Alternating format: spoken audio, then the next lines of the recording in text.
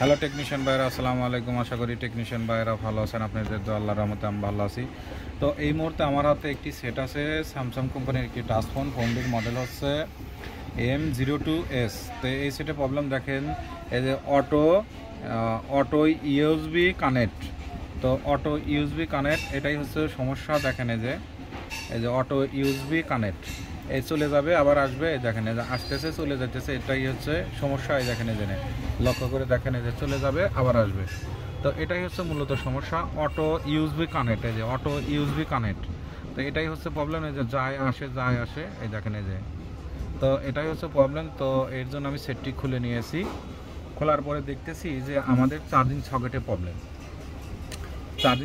Problem. তো আমি এখানে দেখেন এই যে এখানে যে লজিকটা, এই যে এখানে বেসটা খুলে দিলাম, দেওয়ার পরে দেখেন এই যে আসবে, তাও আসবে, আসবে এই দেখেন এই যে। তো এখন আমি সেটটি রিস্টার্ট দিয়ে নেব, কারণ রিস্টার্ট না দিলে এই প্রবলেমটা ফিক্স হবে না।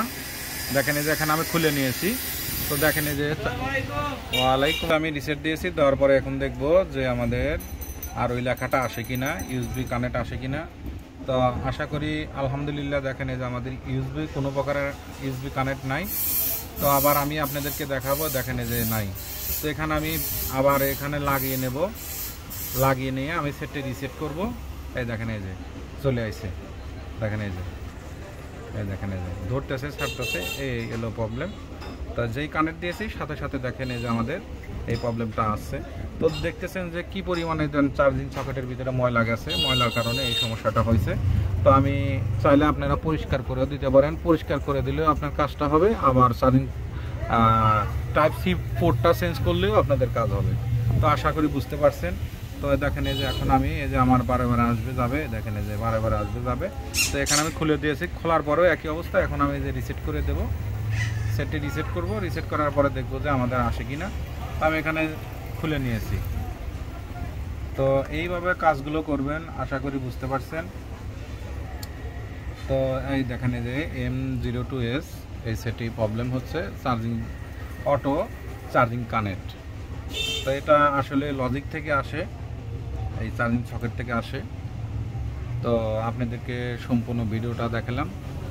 তো এখন সেটটা চালু হলে আপনাদেরকে দেখাবো যে আসলে আমাদের ওই প্রবলেমটা আর আছে কিনা।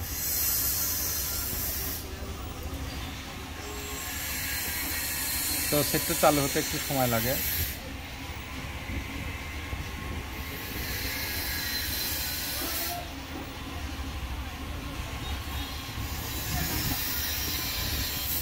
একটু সময় লাগবে সেটটি চালু হতে।